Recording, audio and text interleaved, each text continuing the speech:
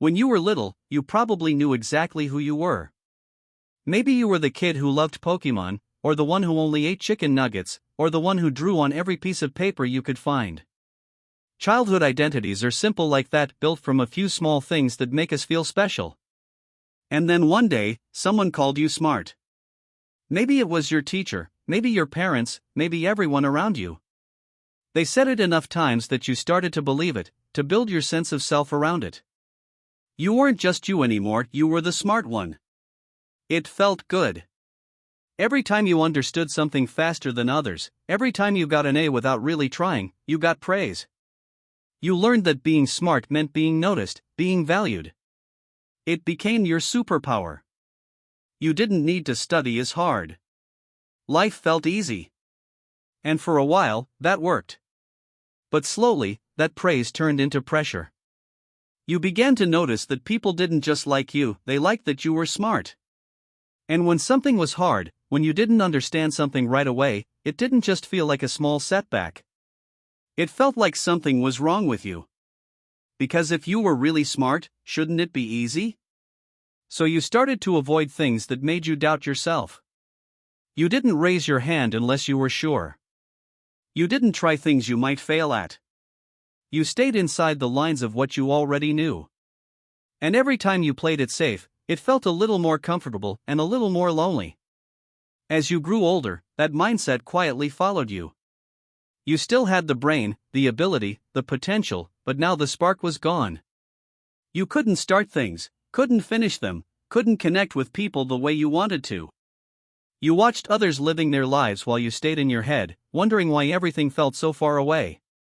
The truth is, none of this happened because you failed. It happened because you learned to survive through being perfect, through being effortless. But what helped you as a child is now holding you back as an adult.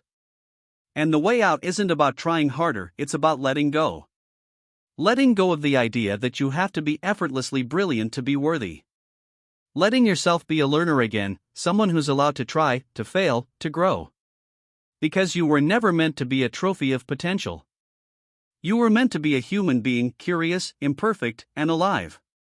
When you grow up being called smart, it shapes everything about how you see yourself.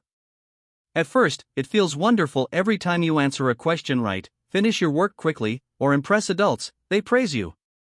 You start to believe that your value comes from being clever, from getting things right the first time. It becomes part of your identity, part of who you are. But slowly, something changes. Without realizing it, you start avoiding anything that might make you look less smart.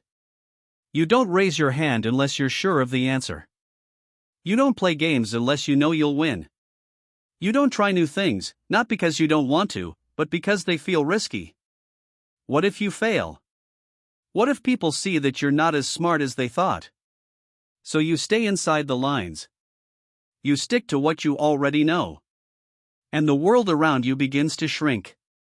While everyone else is out there trying, failing, learning, and growing, you're stuck protecting your image. At first, it feels safe. But over time, it becomes a trap. The fear of looking stupid starts running your life. You realize that the identity you built, the one that once made you proud, has turned fragile. You can't afford to make mistakes anymore. You can't afford to lose. You can't afford to grow. And that's when the loneliness begins. Because growth and connection come from shared experiences, struggling together, laughing over mistakes, learning side by side. When you step out of those experiences, you also step out of the places where real friendships are made. You don't join the club because you might be bad at it. You skip the sport because it's unfamiliar. You avoid group work because it frustrates you. You tell yourself it's fine, you work better alone anyway, but deep down, you start to feel disconnected. You still crave closeness, though. You want to belong, but you don't know how. So you fall back on what you know, your mind. You start analyzing people instead of simply being with them. You understand how they feel, but you don't feel it with them. You can talk, charm, and adapt, but it all happens in your head. Every interaction becomes a calculation: what to say, how to act, how not to mess up. And that's exhausting. Soon, even socializing starts to feel like a test you can fail. You start pulling away, telling yourself you just prefer being alone. The loneliness deepens, but instead of facing it, you try to think your way out. You write out reasons why you should be fine. You analyze every emotion, every conversation, looking for logic in feelings that don't make sense. But intelligence can't fix loneliness. It's not a tool for healing the heart.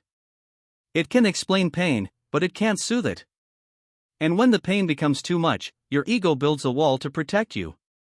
You start telling yourself you're just different, too deep, too smart to relate to others. You convince yourself that other people wouldn't understand you anyway. It sounds like confidence, but it's really defense. It's easier to feel superior than to admit that you're lonely. But the wall that protects you also isolates you. You start living behind it, watching life happen from a distance, wanting to reach out but not knowing how. The truth is, the only way out of this trap is to let go of that old identity. You have to stop being the smart one and start being a person. Not because being smart is bad, but because when your worth depends on it, you'll spend your whole life running from failure. You'll avoid anything that challenges you. You'll protect your pride instead of building your life. The real change begins when you stop asking, "Will this make me look smart?" and start asking, "Will this help me grow?" You try things even when you're bad at them. You raise your hand even if you might be wrong. You let yourself learn again awkwardly, slowly, imperfectly. It's uncomfortable, yes. It feels like losing something. But what you're really doing is gaining freedom. Because your value was never in being perfect. It was never in being exceptional. It was always in being human, in your effort, your curiosity, your willingness to show up. You don't need to be the smartest person in the room to belong in it. You just need to be real, to be present, to be brave enough to connect without the armor of perfection. And when you finally do, when you stop pretending to have it all figured out and let people see the real you, something beautiful happens. The world opens back up. You feel connection again, not because you proved yourself, but because you allowed yourself to be part of the world instead of standing above it. You stop watching life from a distance and start living it. And in that moment, you realize this, right here, is what you were looking for all along. Not admiration. Not perfection. Just belonging. Just being seen. Just being human.